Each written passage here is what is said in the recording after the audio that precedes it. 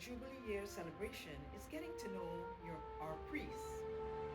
I am here with Father Andrew Lucia, who is the parish priest of Our Lady Queen of the Universe Roman Catholic Church in St. Michael, Barbados. Father Andrew, tell us, where were you born and what was your childhood like? I was born in Poland, in a small town on the eastern side of Poland, which is called Siemiatycze, in 1974, 26th of March. Well, that means 51 years now. And the childhood? How was my childhood? Yes.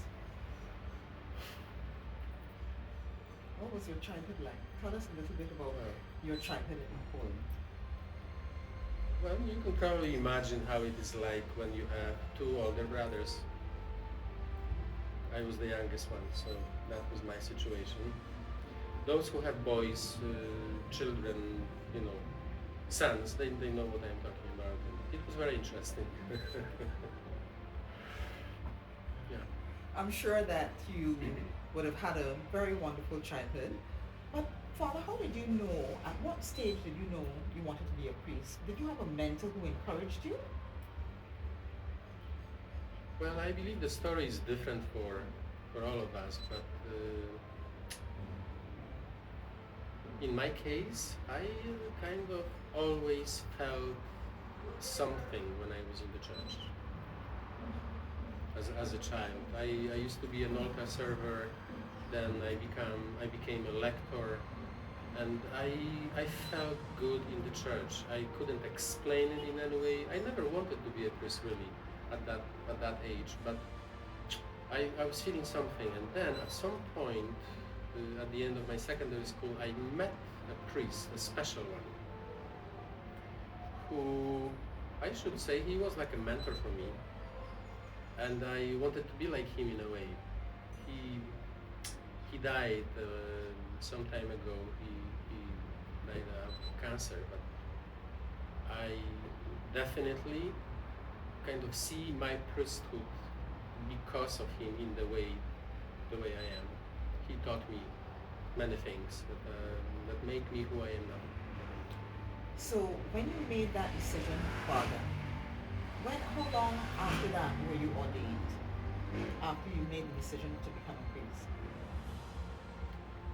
Well, it's not exactly like that, but at least for me, the decision is still, you make a decision to test it, to try. Even going to the seminary, that's the first decision. It's a decision to, I will see if it is for me. I will try it. I will be confirmed by the church if that's my way, if that's my vocation. So the first decision is not really the final decision. Sometimes it is confirmed, sometimes it's rejected, right? So yeah, the first moment really on the way of my vocation was when I finished my secondary school. That's the moment when you make a decision. You're going to the university or to the seminary. And I decided to go to the seminary. So what exactly after you went to the cemetery did you inspire your final decision to become a priest? And why the Palatine order? Palatine?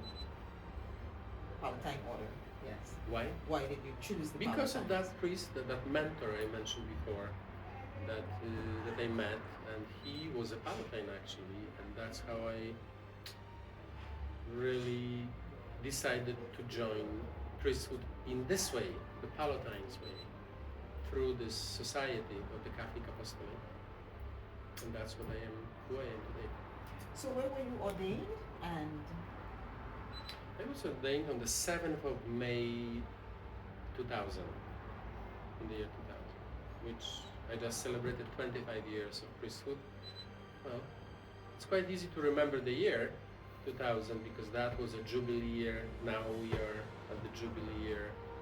In 25 years, God willing, there will be another jubilee year and I will be celebrating 50. If I'm still here.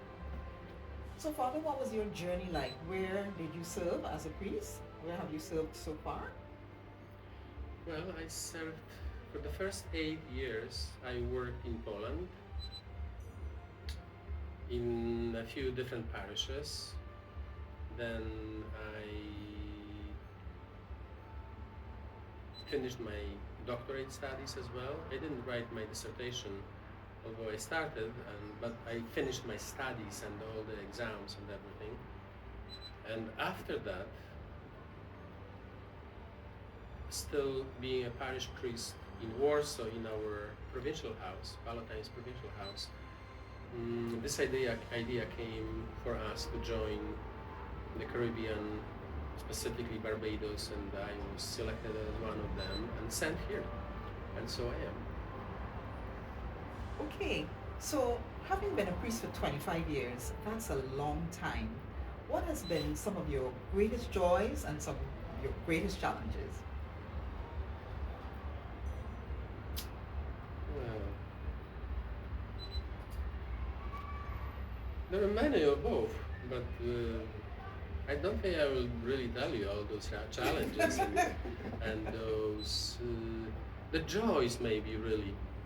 There's a lot of joy in terms of working with people, especially when it works, when there is mutual understanding, when you can do things together, when you don't waste time for unnecessary tension or things like that.